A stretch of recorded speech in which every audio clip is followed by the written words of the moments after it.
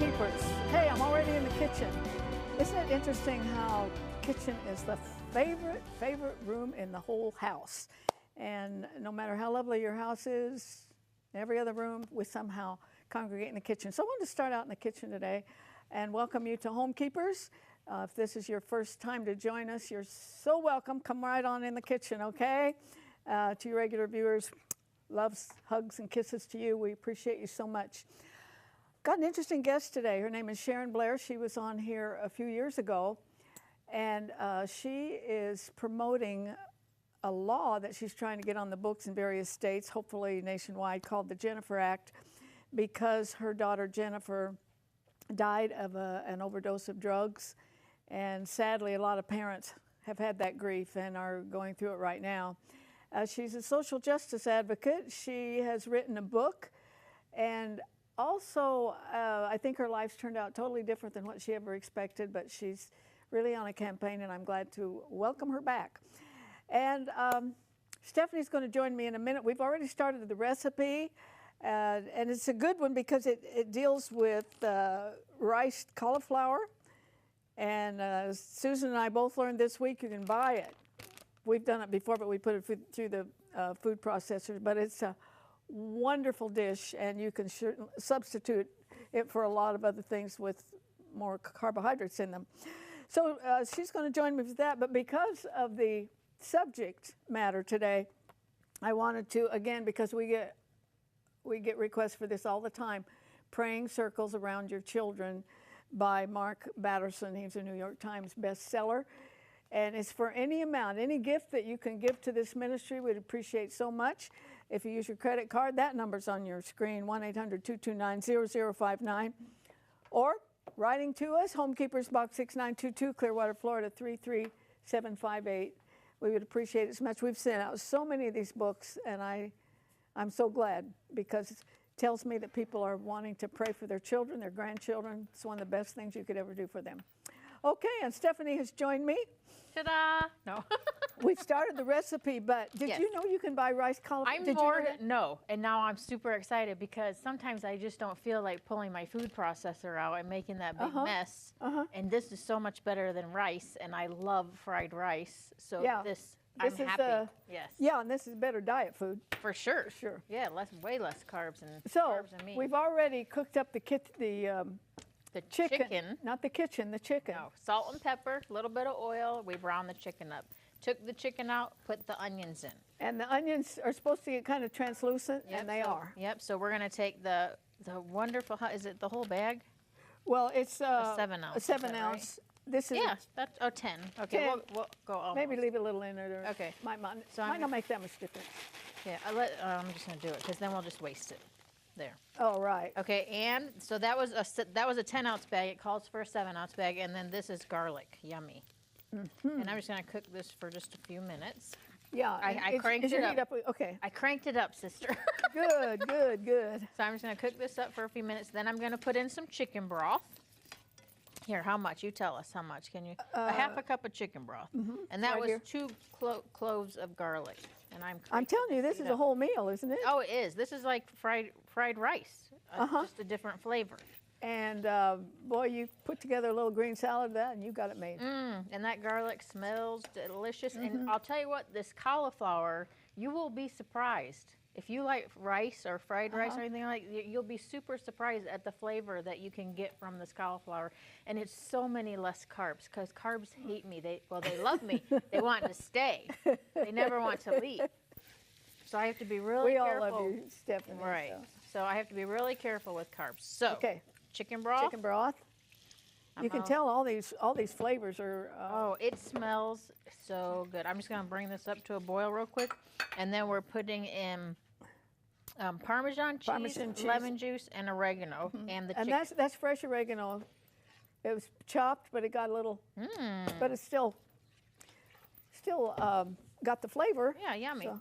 Okay, so let me just heat this up real quick. We fixed. Because we got so many requests for it. We fixed. Was it a cauliflower au gratin? I believe so. Yeah.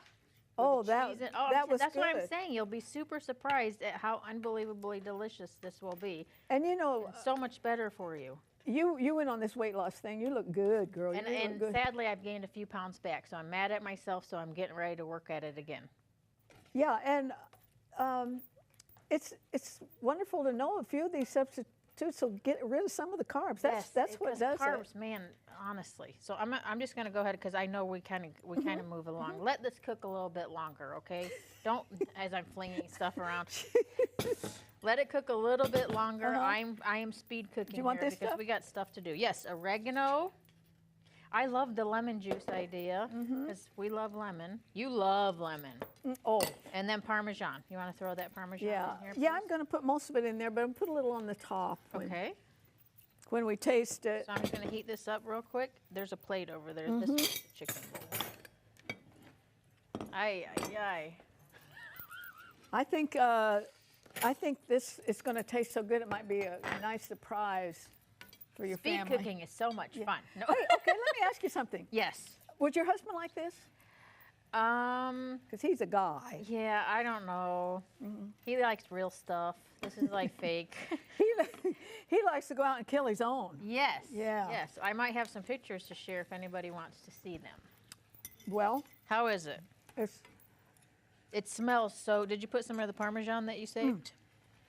I love that. I love that cauliflower. Oh, it smells so good. Hey, that you need to garlic. try this. The cauliflowers. And there's something enjoyable when you know that it's got less calories in it. So, Less carbs, yes. so we'll. So this is called Easy Easy Skillet Chicken and Rice Cauliflower. Easy Skillet Rice And, Cauliflower. I don't think she's had a chance to taste it, but I totally recommend it. And you know, you can have our recipes for free. Email's the best. And we're asking you, if you order them by mail, we really do need an envelope with your address on it and a stamp because we're overwhelmed. I don't know how much longer we can really be able to send them through the mail, as much as that breaks my heart. But if you can do that, we'll do our best to fill your order, and that information will be coming up on your screen. I think you're going to enjoy Sharon Blair because, sadly, a lot of people know somebody who lost a child due to drugs, and it's getting worse. So pay attention to what she has to say and try to avoid some of the sorrow that can come your way. Here's Sharon.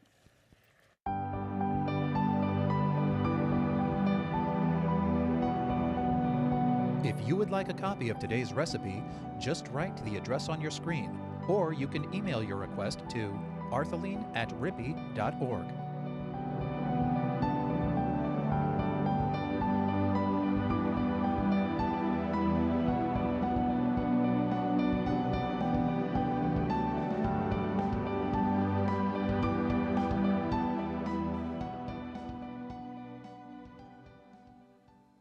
Well, Sharon, I'm so pleased to hear from you again. It's been 10 years?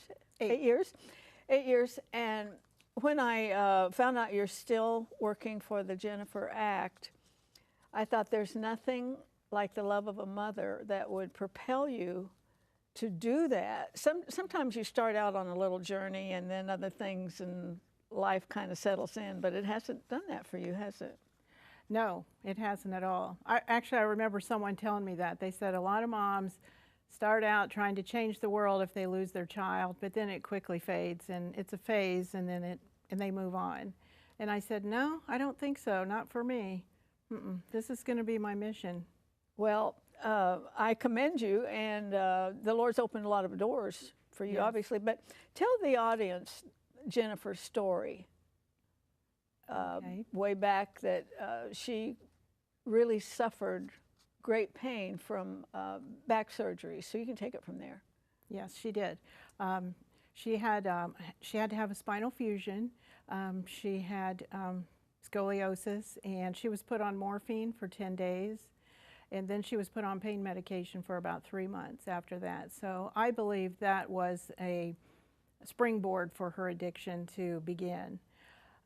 She healed from the surgery. However, she discovered through the medication what all pain medication, opiate medication can do. Not just relieve physical pain, but it also relieves all of your pain. your worries, your insecurities, your anxieties. It kind of takes care of all those things. And she was a teenager, so that was the beginning of her addiction. And she, I mean, she wasn't out, you know, getting drugs on the corner from some drug dealer or anything like that. But, or does it evolve to that kind of thing? It does. Where you're getting them illegally? Yes, it evolved. It did. Right here in Largo, Florida. I just lived right down the street from the studio here. So did Jennifer. And so they must be extremely powerful. Yes, and easy to get. How far along did you suspect there's something wrong going on here after the surgeries, and where she maybe should have been back to some semblance of normalcy? Mm-hmm. Well, I've learned a lot about addiction in the last 8 years. Jennifer had all the signs of addiction. However, I didn't know what the signs were. I thought they were teenager signs. I thought she was going through an adolescent phase. And these things that I was seeing, change in friends, change in appearance, grades were dropping. I just thought that was a phase that she was going through and that she would outgrow it. But it really was, she was showing signs of drug use. But you were oblivious to what those signs were, so I assume that's part of your mission now. Yes. For people to understand. Yes, because we don't have a handbook when we leave the hospital with our babies that this is what you need to watch for with drug abuse and drug addiction. And was there a moment that you thought, there's something really wrong with this girl, and you tried to confront it? Yes, I did. Mm-hmm. I even asked the police to get involved, the local sheriff's office here in Largo. And aren't their hands tied on a lot of those efforts? Yes, they can only do what the law allows them to do. And that started the process of me lobbying for improved laws in Florida so that we can intervene and we can help save our kids from death. Mm-hmm. Did her personality change? Yes. Did she become someone, I don't know you? Yes, she did. It was very sad and very heartbreaking. And I ended up filing 5 Marchman Act petitions in the state of Florida during her addiction season. And to try to Baker Act? It's like the Baker Act, only the Marchman Act is for drug addiction and alcohol addiction. So they're 2 separate laws. Mm-hmm. So I was using the Marchman Act bill. And Jennifer continued to fall through the cracks of the system. They would either pick her up and release her. They would not pick her up at all. They would pick her up, but she would only stay like 3 days in a treatment And that program. doesn't do anything. About that same time, our governor was Jeb Bush, and I liked him. I liked him a lot, and I will never forget the news conference when he told that his daughter had the same kind of addiction. I'll never forget him tearing up, and his voice, I thought, boy, you're a parent. I don't care if you're a governor or a president or what, when that's your kid. And you could tell he was brokenhearted. Yes. Now, she had broken the law some way. Yes. I think if I remember right, she forged a prescription or something. Yes. And so from that, maybe there was a little jail time, or they put her in there for, is that right? If you go to my website, thejenniferact.com, I just wrote about her story and Jeb Bush's story and my story and how it correlates. It was very, very similar. And it happened at the same time. The same time Jennifer was alive was the same time Jeb Bush's daughter Noelle was addicted at the same time. So I was fighting for the same thing, for that kind of emergency court-ordered long-term residential treatment for my child, and I didn't get that. But Noelle did, and she's doing fine, right? Yes, she's alive. So, you know, when you think of 18 months, that's a long time. Yes, and it takes that long. What do they have to do? Just kind of break the person down and then rebuild them, or how does it work? Oh, treatment is a long process. It's a lot of therapy. It's a lot of one-on-one therapy. It's a lot of group therapy. It's learning about the disease. It's learning how to use tools to help yourself acclimate into society again without leaning on medication or alcohol as a crutch to help you get through life. So it's a real long learning process, and it takes time for your brain to heal, your body to recover, for you to learn all the steps. There's no drive-through drug treatment. Yeah, your brain has to get used to not having all that stimulus, Yes, right? that's correct. All right, what are you working for? What is the Jennifer Act? What do you want changed? And I know that you've spoken in Washington, D.C., bless your heart, and you've had pretty good cooperation from governors in Florida and both Indiana. Yes. Actually, in Indiana, I got passed, I'll give you a copy of it after the program. I just got legislation passed, House Bill 1448, which is the Jennifer Act in Indiana. And in Florida, last year in 2016, my bill was amended to Senate Bill 12, signed by Senator Garcia. And so I did make progress in Florida and Indiana, which is basically providing mental health and substance treatment services to enhance that for individuals who are substance addicted. So I've worked really hard. I worked with... you have worked very hard yes. for 8 years, right? Yes. You started this not too long after she passed away. Yes, right away. Yeah.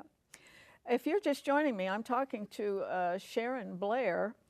She was on the program 8 years ago, not too long after her daughter Jennifer died of a drug overdose. And all this time, God bless her, she's been working on something she called the Jennifer Act, and trying to get it.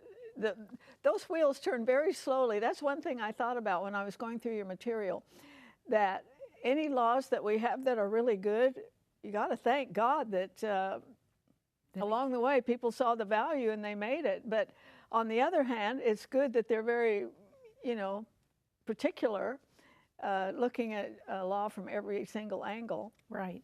Now, the Jennifer Act, if it were put into law, what would be the requirements? Well, it would basically take the Marchman Act and it would make 9 improvements to the Marchman Act to close the gaps where Jennifer fell through the cracks. I was documenting where she was falling through the cracks each time, and it would close those gaps. And all of that's listed on the Jennifer Act website on my blog page. But there are 9 different things that I was asking for to amend the Marchman Act and improve it and make it stronger and better to save lives in Florida. And it would recommend, not recommend, it would require someone to be in treatment for a longer amount of time. Yes. And how is that determined? By a drug professional. An assessment and an evaluation would be performed on that person, and then they would be allowed a quantity of time longer than what the Marchman Act right now provides. So is it like to the drug addict, okay, you stay here and receive treatment or you go in jail? Exactly. There's your choices. That's exactly right. It right. wouldn't be too hard to figure out what it... It's not that hard, but it's hard to get a law amended in Florida. Oh, yes. I mean for the addict. If these are your choices, right. I think I'll stay in treatment. That's right.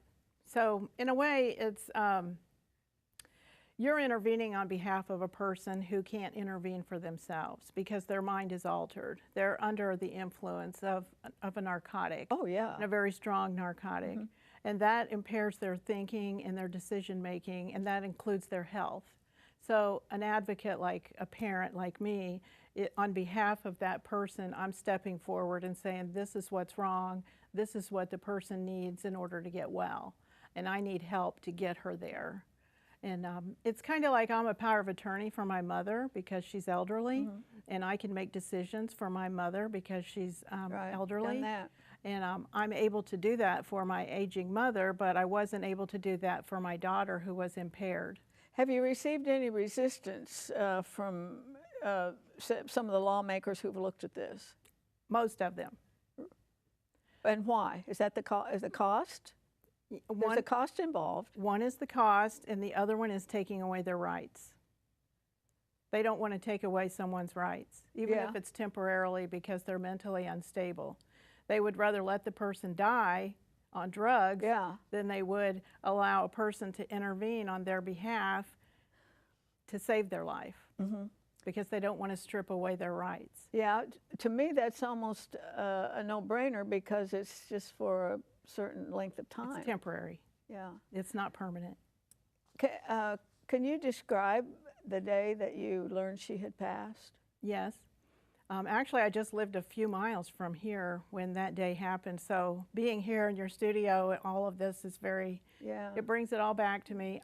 Yes, I was in bed asleep and a Pinellas County Sheriff officer came to my door, knocked on the door and asked me if I was Sharon Blair, and I said yes. And I said, is this about Jennifer? And he said yes. And I said, is it bad?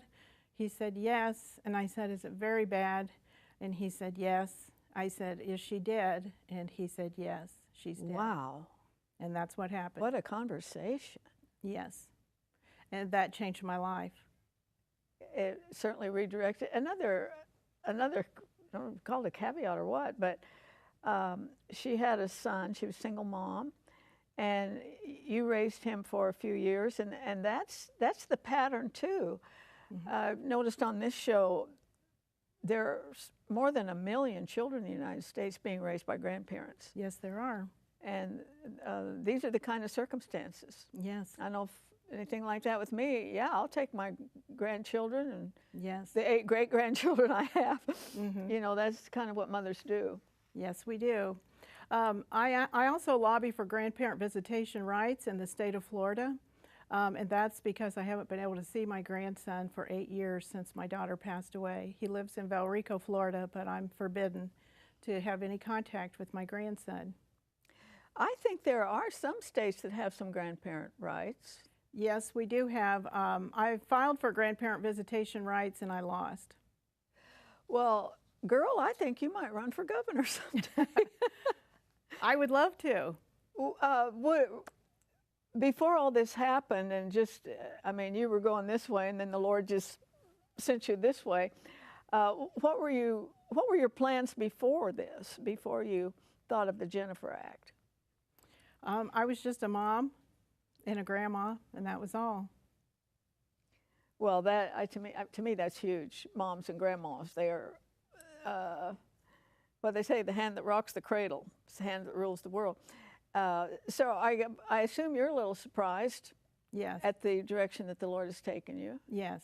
I just had one little thing I wanted to do, just to fix that one law to help other families so that they don't have to go through this and lose their child. Now, you live part-time in Indiana, and that's when our vice president today was the governor of that state. Yes. What was his reaction to this, or did you get to deal with him? Yes. Mike Pence was the governor in Indiana at that time. I got to work with him 2015, 2016, and with the governor's task force as well. So I was hands-on involved with Mike Pence. He's a Christian man, so I'm so thankful he's our vice president now, but at that time we had no idea that he was going to be running for vice president. He definitely is addressing the addiction crisis, the opioid epidemic crisis. He was thrilled to sign my bill into law in Indiana.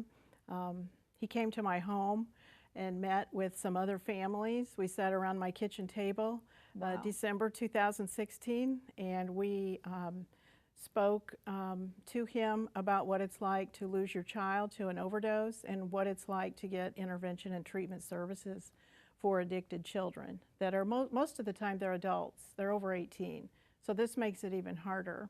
But he's a very caring person. He's a Christian, and he really is trying to work on this problem, so I am thankful for him and his service. Yeah, and you got friends in high places, I would say.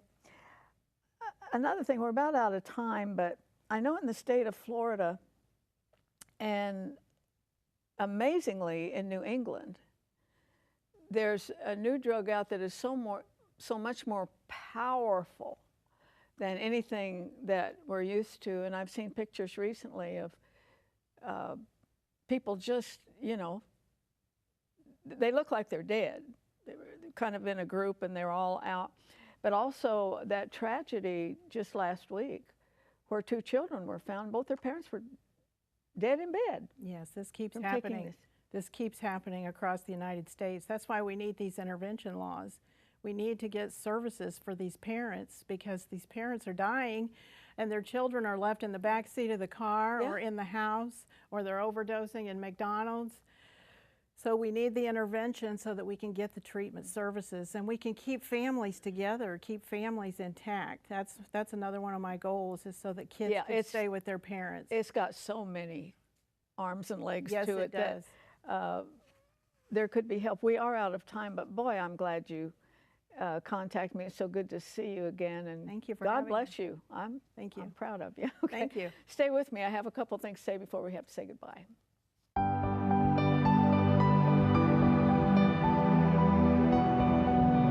Arthelene would like you to keep the following information handy. You may contact Homekeepers by writing to Homekeepers, P.O. Box 6922, Clearwater, Florida 33758, or go to www.rippy.org. Remember, we always enjoy hearing from our viewers, and we thank you for your support.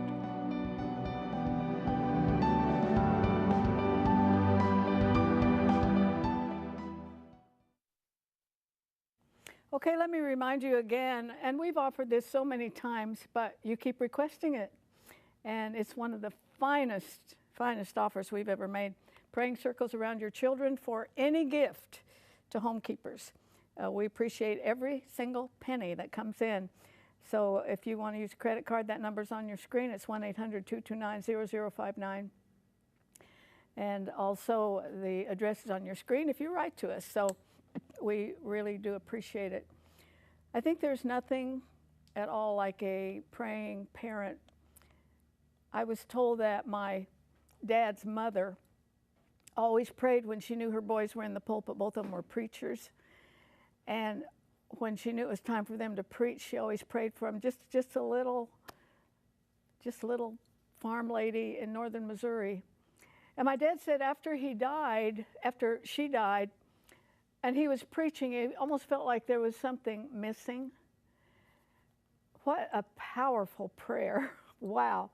And you know what? That doesn't cost you anything. It doesn't cost you anything to pray for your children and hold them before the throne of God in prayer, that He will direct them and that He will watch over them and that He will correct them when needed. He's a good Father. Hey, I'm out of time, but join me next time, will you? No higher calling than that of a homekeeper. Don't forget it.